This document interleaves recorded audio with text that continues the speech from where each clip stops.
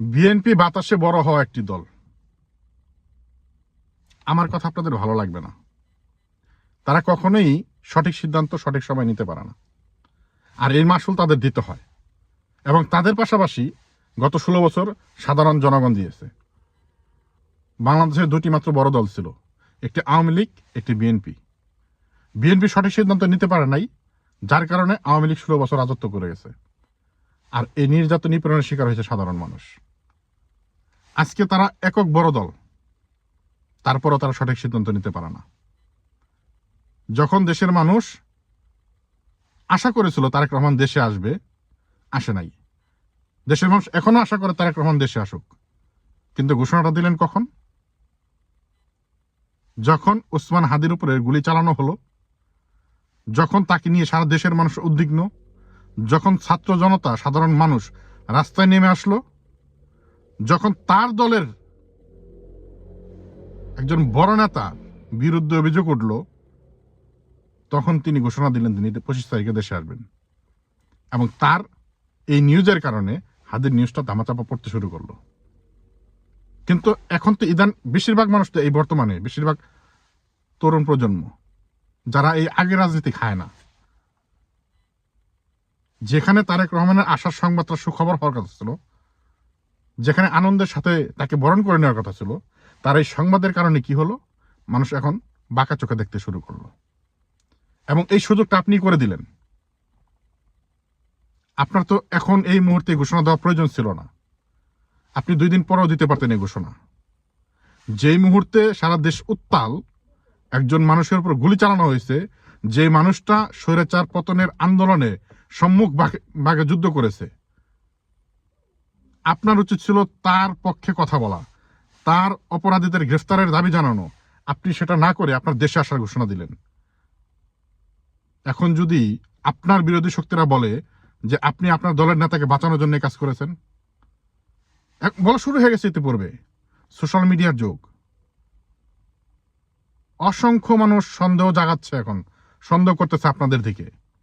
যদি কোনো কারণে প্রমাণ হয় যে এটার সাথে আপনার দল জড়িত, আপনার কত বড় ক্ষতি হতে পারে চিন্তা করতে পারতেছেন।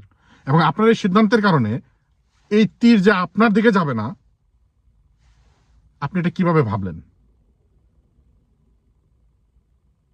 হয়তো আপনার দলের ওই নেতার উপর পর্যন্ত শেষ হয়ে যেত, হয়তো বা সে করেই নেই ঘটনাটা, কিন্তু আপনার এই সিদ্ধান্তের কারণে আপনি সব দিকে নষ্ট করেছেন। একে তো আপনার ওই নেতার দিকে তীর ছুড়ে দিয়েছেন, দ্বিতীয়ত আপনার নিজের গায়ে তীর নিয়েছেন, তৃতীয়ত আপনার ভোট কমে গেছে। এটা মাথায় রেখেন। সঠিক সিদ্ধান্ত সঠিক সময় না নিতে পারলে সেই সিদ্ধান্তের কোনো মূল্য থাকে না। যখন নির্বাচন বর্জন করার কথা ছিল, তখন আপনারা অংশগ্রহণ করেছেন। যখন আওয়ামী লীগের দ্বারা নির্যাতনের শিকার হয়ে আপনারা আপনার তো কি, আপনার নেতাকর্মী যারা নাকি বাড়িতে থাকতে পারে নাই, তখন আপনি আওয়ামী লীগ থেকে যারা বহিষ্কৃত তাদের সাথে ঐক্য করতে গেলেন। এই যে ভুলভাল সিদ্ধান্ত নিয়ে 16 বছর নির্যাতন নিপীড়নের শিকার এই সাধারণ মানুষ হইল, আপনার সাধারণ কর্মীরা হইল, সেই ভুল সিদ্ধান্ত থেকে আপনি বের হতে পারলেন না এখনো।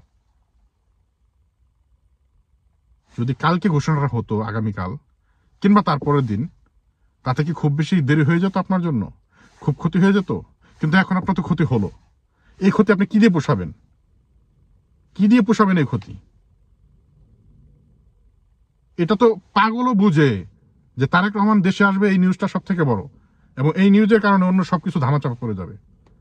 ধামাচাপা পড়তে পারে নাই কারণ সোশ্যাল মিডিয়ার যুগ। মিডিয়ার দেখানোর জিনিস এখন মানুষ দেখতে চায় না। সোশ্যাল মিডিয়াতে এখন সবকিছু দেখে ফেলে মানুষ। এই যে আমার মতো আর অনেকেই সমালোচনা করতেছে আপনার, এতে কি আপনার সম্মান বৃদ্ধি পেল? এটা কি আপনার দলের জন্য ভালো হলো? এটা বলতে আমার নিজের কষ্ট লাগতেছে যে আমি বিএনপির বিরুদ্ধে কথা বলতেছি, অথচ আমি কিন্তু চাইতাম যে বিএনপি পরিবর্তন এমন ভাবে হয়ে আসুক যেটা দেখে হিংসা করবে আওয়ামী লীগ, যে না, ওদের মতো যদি আমরা করতাম তাহলে আমরা দীর্ঘ সময় ক্ষমতা থাকতে পারতাম।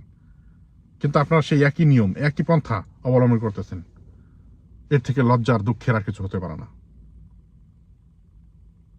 আপনার হাতে কতটুকু নিরাপদ দেশ, সেটা আমরা ভবিষ্যতে দেখব। ভালো থাকবেন।